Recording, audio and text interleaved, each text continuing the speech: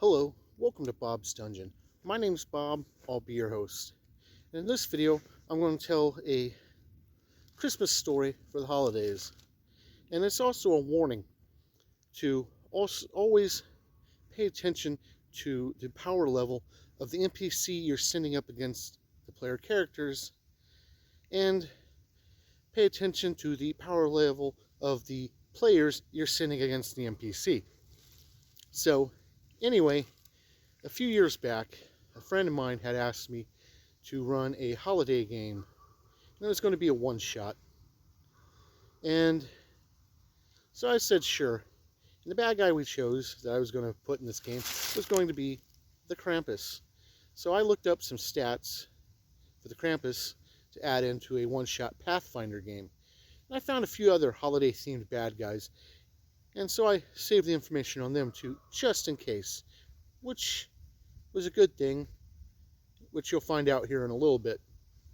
Anyway, I had 3 players for the game, so given the power that the Krampus had that I found, because there's several different Krampuses you can find for your game online, but I had everybody make up 7th level characters, because I only had 3 players, and I gave them some minor magic items, because they would have found some stuff at this point, being 7th level.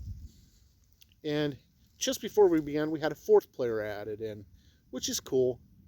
Doesn't change anything. So the players are called in because this village, in this village, several of the children have been kidnapped. And they want the players to go out before the villagers themselves started a war with the nearby goblin community, because they figured the goblins were behind it. But they wanted to be sure, the town elders. So they got the players and they sent them out. And the players found this trail from the last child that was kidnapped. And they followed it to this dilapidated house. And the house looked like it should have been abandoned, but there was lights inside and some smoke coming out of the chimney. So they creep up and they look in the windows. And they see the children that have been kidnapped sitting around this large table. And they're all chained up.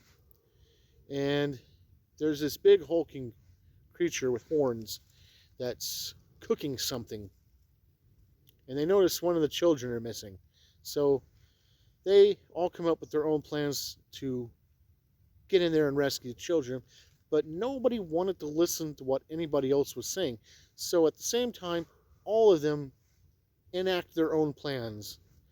And we had one character jump up on the roof, and he falls through and smashes onto the table, disrupting everything.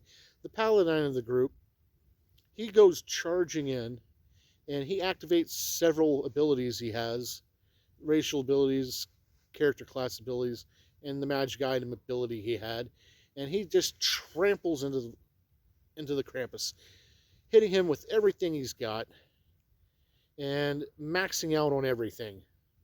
So he one-shots the Krampus, kills him dead.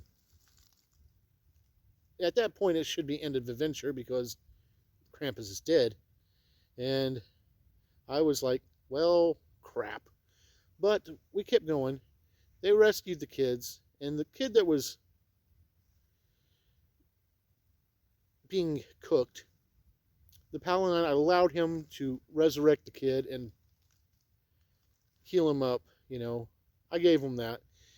Out of the henchmen that the Krampus had, they managed to kill one before they fled. But they take the children back to town. And on their way back to town, they run into this group of goblins.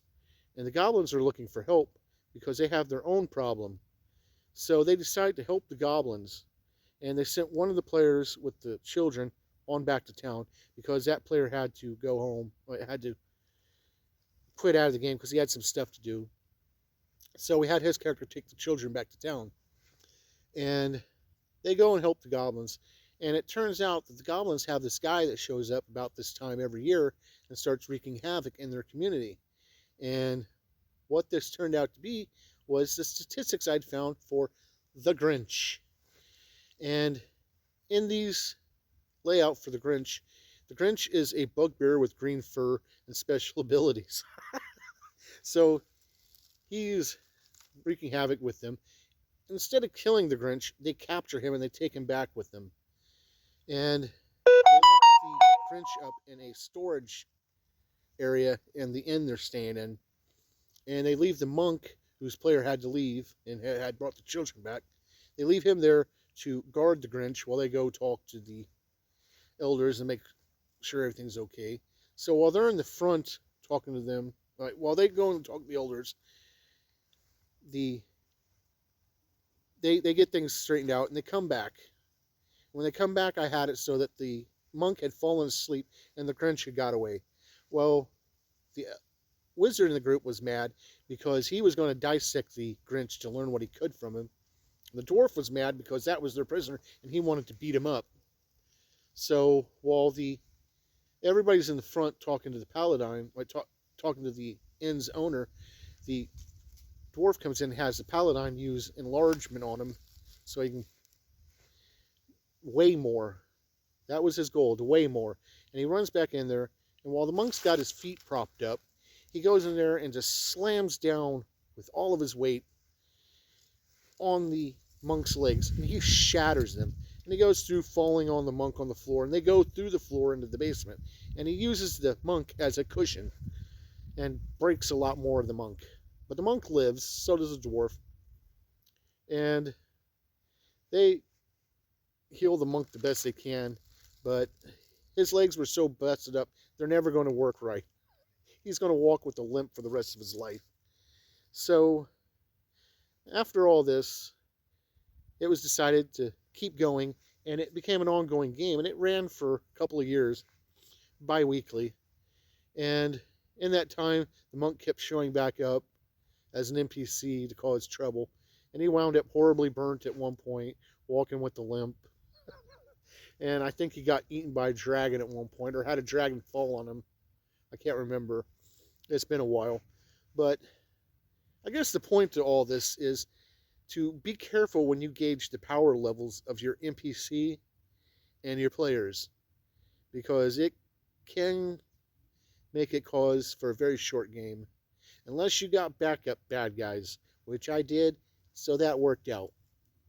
So anyway, thank you for joining me on this senseless story of the holidays. And hopefully you'll join me next time where we'll talk about something else. Bye.